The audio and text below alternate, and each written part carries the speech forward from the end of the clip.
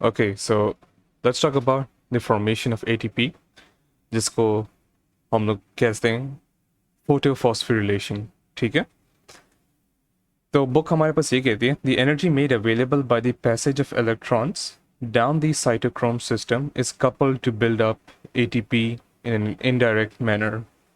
ठीक है,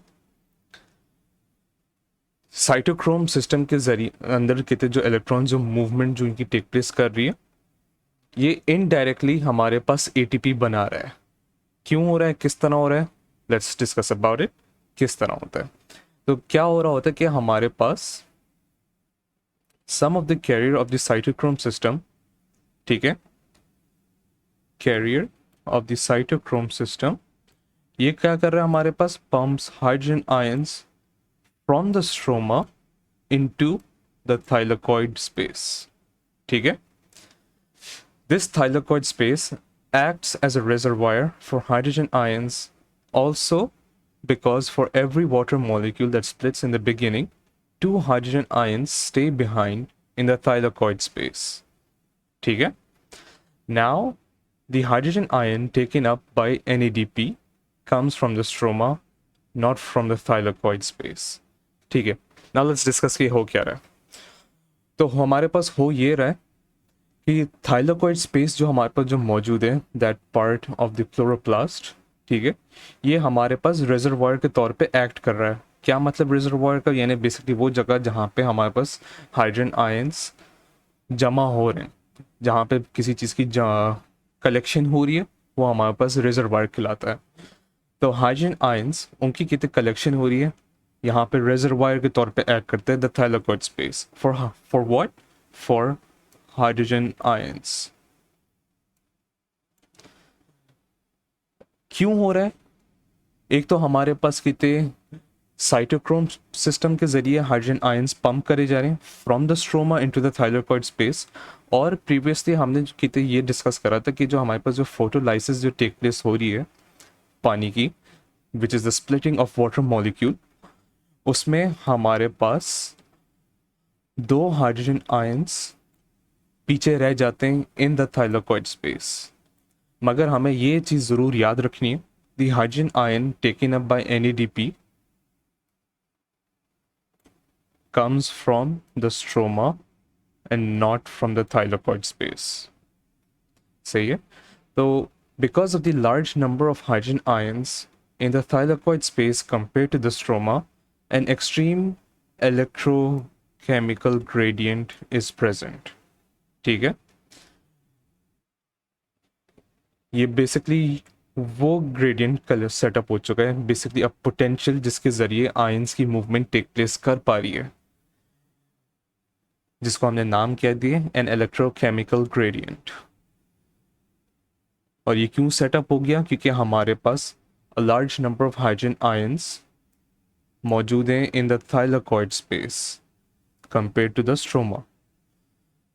When these hydrogen ions flow out of the thylakoid space by way of a channel protein, एक channel protein मौजूद है हमारे पास, क्योंकि चैनल प्रोटीन के बारे में जिक्र किया गया है तो हमें ये ज़रूर मालूम होना चाहिए, या तो फैसिलिटेड डिफ्यूजन हो रही है या फिर हमारे पास एक्टिव ट्रांसपोर्ट हो रही है.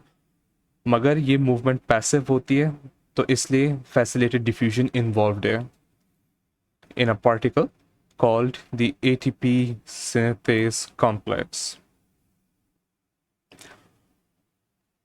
तो जो चैनल प्रोटीन हमारे पास मौजूद है, इसका नाम दिया हुआ गया है ATP synthase complex.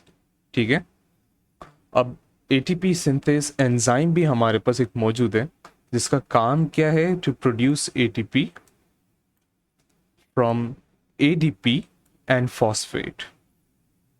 ये हमारे पास दिखा रहे हैं, ATP हमारे पास है adenosine triphosphate, while on the other hand हमारे पास है ADP.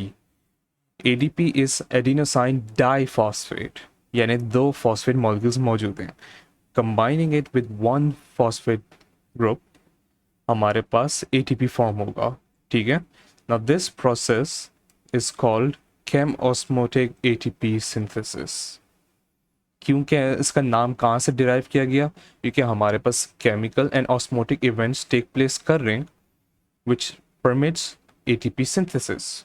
ठीक है, तो इंपॉर्टेंट चीज़ इसमें से एक और चीज़ ये आपको याद रखनी है कि transport of 3 protons through the ATPase complex are normally required for the production of one ATP molecule.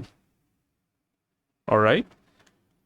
The linear flow of electrons from water to NADP plus coupled to ATP synthesis is non-cyclic photophosphorylation. ठीक है, non cyclic photophosphorylation क्या है हमारे पास, basically आपको याद रखना होगा, it is a linear flow of electrons from water to NADP plus coupled to ATP synthesis.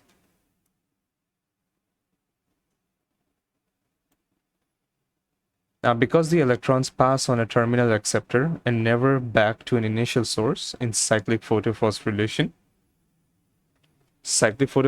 में क्या हो रहा था हमारे पास, बेसिकली कहते ये P680 से चले गया इलेक्ट्रॉन एंड व्हेन इवेंचुअली कहते हमारे पास कहाँ पहुंच गया था, टू P700।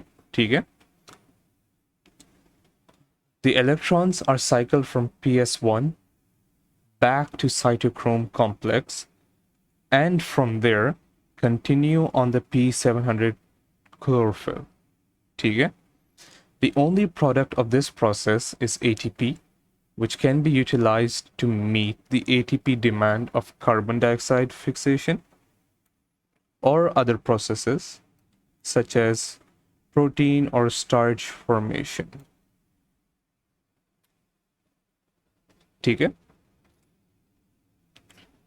तो साइक्लिक फोटोफॉस्फोरिलेशन में क्या हो रही थी, हमारे पास electrons are cycle from photosystem 1 back to cytochrome complex and from there continue on the P700 chlorophyll molecule, यानी एक चेन की तरह चले जा रहा है।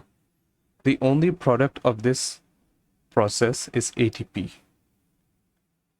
ATP की जनरेशन इज वेरी इंपॉर्टेंट। अब ये ATP या तो कार्बन डाइऑक्साइड फिक्सेशन के अंदर काम आएगी, ठीक है, और कार्बन डाइऑक्साइड फिक्सेशन हमारे पास एक प्रोसेस है जो हमारे पास लाइट इंडिपेंडेंट रिएक्शन के अंदर टेक प्लेस कर रहा है। ठीक है,